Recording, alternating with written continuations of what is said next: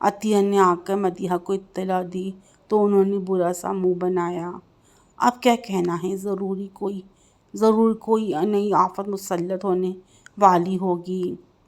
مدیحہ نے خود کلامی کی۔ امی آپ کیسی باتیں کر رہی ہیں، بڑوں کے بارے میں مجھے تو افسوس ہو رہا ہے آپ کی سوچ پر۔ اب بتا بھی دیں کہ آ رہی ہیں یا نہیں، کیونکہ تائی جان بھی آپ کے انتظار کر رہی ہیں۔ جیٹھانی کی آمد کی اطلاع نے ان کو بری طرح چونکا دیا۔ اچھا تم چلو، میں آ رہی ہوں۔ انگت خیالات کی آمدجگاہ بنے اس دماغ سے مت وہ نیچے آ گئی تھیں۔ جہاں آرا بیگم اور آسیہ بیگم خاموش بیٹھی تھیں۔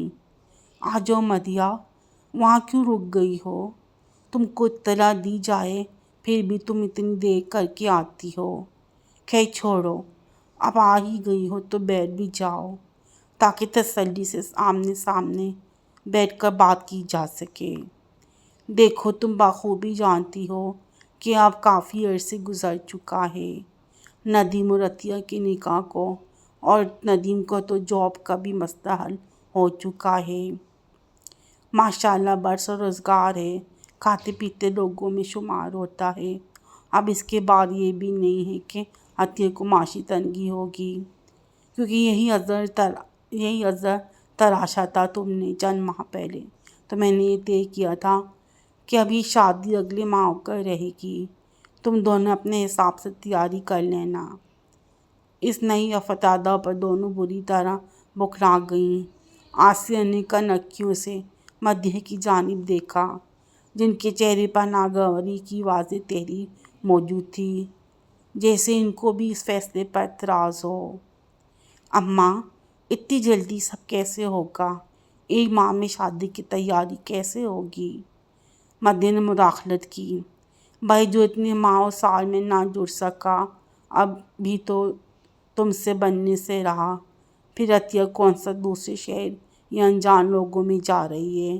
سب اپنے لوگ ہیں، تم جتنا بھی جوڑ سکو ٹھیک ہے، نہ بھی ہو تو کوئی مضائقہ نہیں۔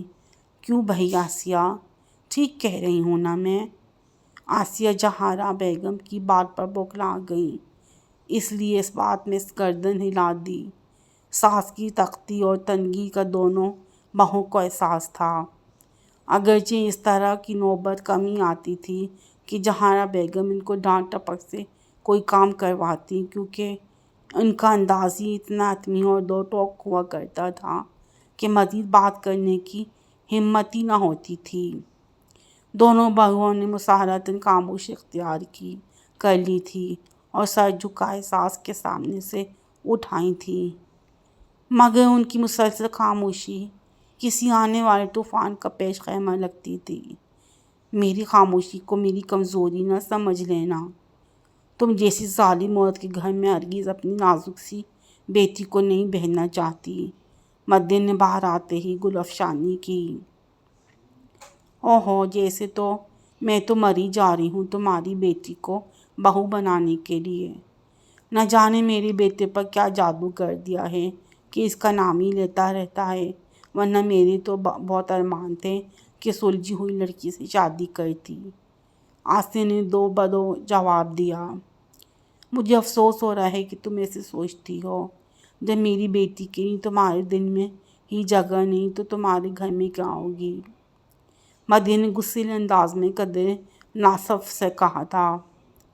جو بھی سمجھ لو، مگر تمہاری دال نہیں گلنے والی۔ آسیہ بیگم نے منہ بنایا اور رکھائی سے کہتے ہوئے وہاں سے چل پڑی۔ پھر آئے دن کے جھگڑے طول پکڑنے لگے۔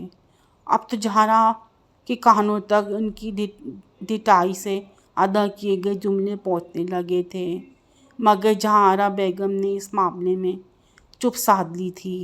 جہارا بیگم نے اس لیے خاموشی اختیار کی تھی کیونکہ وہ دونوں کے دلوں کے فتوح کو زبان سے نکلنے کا موقع دینا چاہتی تھیں، تاکہ دل مکمل طور پر صاف ہو سکے، کسی قسم کی رنجش اور گلہ باقی نہ رہے۔ جہارا بیگم کی خاموشی پر اگرچہ وہ دونوں حیران بھی تھیں، مگر اس سے ان کی حوصلہ اور بھی بلند ہو رہے تھے، تاکہ کھل کر مخالفت کر سکیں۔ ایک شام آسیہ بیگم سیڑھیوں سے نیچے اتر رہی تھی کہ توازن بگڑ گیا اور وہ بری طرح چکرا کر سیڑھیوں سے پھسلتی چلی گئیں۔ ان کو کھانسی چوٹیں آئی تھیں۔ فوری طور پر ڈاکٹر کو بلوایا گیا تھا۔ پاؤں میں گہری چوٹ لگنے سے فریکچر ہو گیا تھا اور چلنے پھرنے سے وقتی طور پر معذور ہو گئی تھیں۔ گھر کی فضا اچانک بھوجھل سی ہو گئی تھی۔ ایسے میں عطیہ نے بڑھ چڑھ کر ان کے سارے کام اپنے ذمے لے لیے تھے۔ صبح سویرے تایا اور ندیم کے لیے ناشتے کا اہتمام کرنا، آفس بھیجنا، پھر اس سے فراغت کے بعد تائی جان کا ناشتہ کرواتی، وقت کے حساب سے دوا کھلاتی۔ اتنے دن سے آسیہ بیگم بیڈ پر تھیں۔ کپڑوں کا ایک انبار تھا جسے عطیہ نے دھونا شروع کر دیا تھا۔ پھر کپڑوں کے دھونے کے بعد اس نے پورے گھر کی تفصیلی صفائی کی۔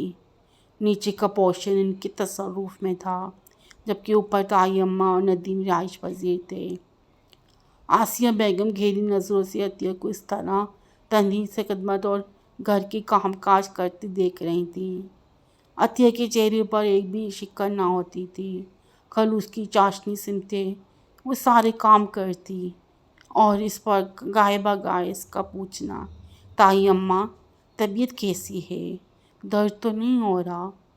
وہ متفکر سی رہتی۔ رفتہ رفتہ آسیہ بیگم کا پاؤں ٹھیک ہو گیا اور وہ چلنے پھرنے لگی، حتیٰ کہ شادی کا مقررہ دن بھی آ کر گزر گیا تھا۔ چونکہ آسیہ بیگم خود ہی معذوری میں جی رہی تھی، اس لیے شادی کا الفور مؤخر کر دیا گیا تھا۔ آسیہ بیگم ہر لحظہ عطیہ کو جانچتی تولتی نظروں سے دیکھتی رہتی تھی، اگرچہ اس کی خدمت گزاری میں ایک لفظ بھی شکریہ نہ بولا۔ ایک دن انہوں نے جہارا بیگم کے کمرے میں مدیحہ اور عطیہ کو بلایا تھا اور دونوں کے سوالیہ چہروں پر خاموشی کا راج تھا۔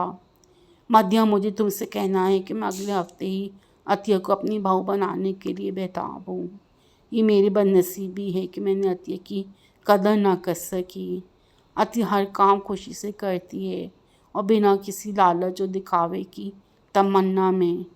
ایک اعتراف میں یہ بھی کرنا چاہتی ہوں کہ اگرچہ میں نے پاؤں کا بہانہ میری شادی سے بچنے کے لیے کیا تھا، مگر یہ معلوم تھا کہ مجھے خود ہی نصیحت مل جائے گی۔ عطیہ نے میرا دل جیت لیا۔ اپنی ملنسار اور خدمت گزاری سے میں اب تک عطیہ کو اپنی بہو بنا چکی ہوتی، مگر کبھی دل سے قبول نہ کرتی، جبکہ اس کی خدمت کے بعد میں نے دل سے اس کی تمنا کرتی ہوں۔ عطیہ نے شرما کر سر جھکا لیا، جبکہ ندیم بھی ماں کے اس مثبت رویے پر خوش تھا۔ واقعی ندیم اور عطیہ کی محبت میں اتنی طاقت تھی کہ یہ محبت نفرت پر حاوی رہی، اور محبت تو جیت ہی جاتی ہے۔ بہت اچھی کہانی تھی۔ آپ کو یہ کہانی کیسی لگی مجھے کمنٹس کر کے بتائیں۔ لائک کریں، شیئر کریں اور سبسکرائب کرنا نہ بھولیں۔ شکریہ۔